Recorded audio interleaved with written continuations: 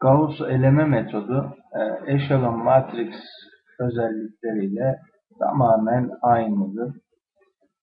Şimdi ilk olarak burada bir denklem veriliyor bize. Bu denklemi Gauss metodu ile çözmemizi istiyor. İlk olarak ne yapıyorduk? Matrix içinde yazıyoruz. Baş katsayılarını alıyoruz.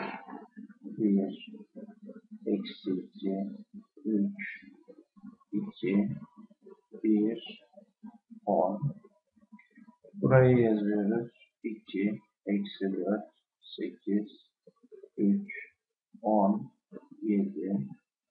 Burayı yazıyoruz. 3, eksi 6, 10, 6, 5 ve 27. Daha sonra ne yapıyorduk? Eşelon forma çevireceğiz. Eşelon forma çevirmemiz için burayı eksi 2 ile çarpalım.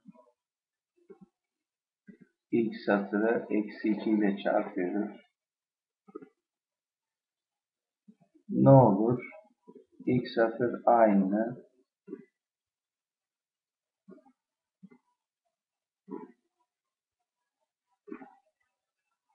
İkinci satırı topluyoruz. Birinci satırla çarpıp 0. Burası artı 4. Burada 0. Burası 2.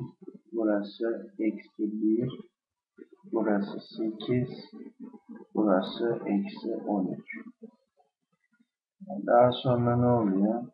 Bura aynı kalıyor.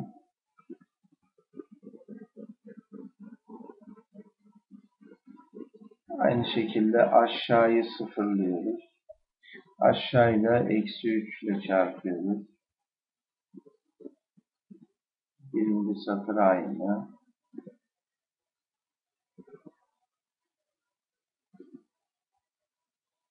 İkinci satırımız da aynı.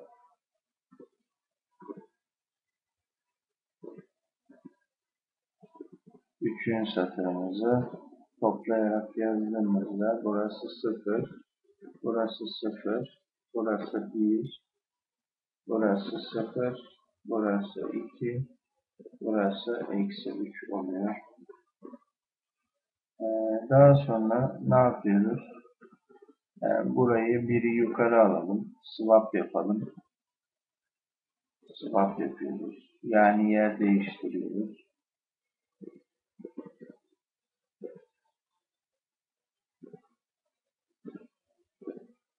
0, 0.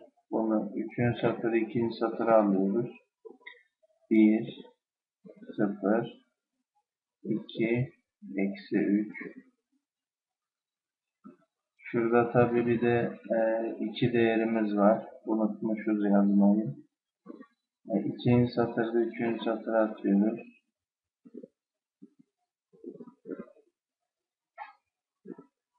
Daha sonra burayı sıfırlayalım. Eksi 2 ile çarpıyoruz ikinci satırı. Üçüncü satırı sıfırlamak için 3, 2, 1, 10. İkinci satıra aynı yazıyoruz. 2, eksi 3. Burası 0, 0. Burası da 0. Burası eksi 1. Burası 4. Burası da eksi 7 oluyor. Daha sonra ne yapıyoruz? Bu matrikse baktığımızda bu eşelon forma geliyor. Eşelon formda burası basamak şeklinde olduğu için uçta kalan değerlerimiz bizim leading değerlerimiz oluyor. Burada hiçbir leading değeri olmadığı için burası bizim free değerimiz oluyor. Buralara x1, x2, x3, x4, x5 dersek bunu denkleme çevirdiğimizde x1 eksi 2x2 artı 3 x3 artı 2x4 artı x5 eşittir 10 oluyor. Burası ne oluyor? Bir alt satır x3, burası x5, 2x5 eşittir eksi 3 oluyor. En alt satırımız ne oluyor? Eksi 1 x4, burası artı 4 x5 eşittir eksi 7 oluyor. Burada ne yapıyoruz? Leading değerlerimizi yazalım. Leading değerlerimizi yazalım. x1, x3 ve x4 değerlerimiz. Buraya da free değerlerimizi yazalım. x2 ve x5. Aynı şekilde burada da leading değerimiz olmadığı için bunun ikisi free değeri oluyor. Ne yapıyorduk? x2'ye s diyoruz. x5'e de t diyoruz. Burada gördüğümüz yere yazıyoruz. Denklemi çıkarttıktan sonra burada ilk olarak x3 değerimizi bulalım. x3 artı 2t eşittir eksi 3. Buradan x3'ü çekersek eksi 3 eksi 2t oluyor. Daha sonra burayı yapalım. Eksi x4. Bunu diğer tarafa atıyorum. Eksi 7 eksi 4t. Bu eksiyi diğer tarafa verdiğinde x4 artı 7 artı 4t oluyor. Şimdi x1'e bakalım. x1 için ise eksi 2 s diyoruz. Artı 3 x3 yerine buradakini yazıyoruz. Eksi 2t artı 2 x4 yerine de burayı yazıyoruz. 4t artı x5 yerine t yazıyoruz. Eşittir 10. Buradan x1 eksi 2s eksi 9 eksi 6t artı 14 artı 8t artı t eşittir 10.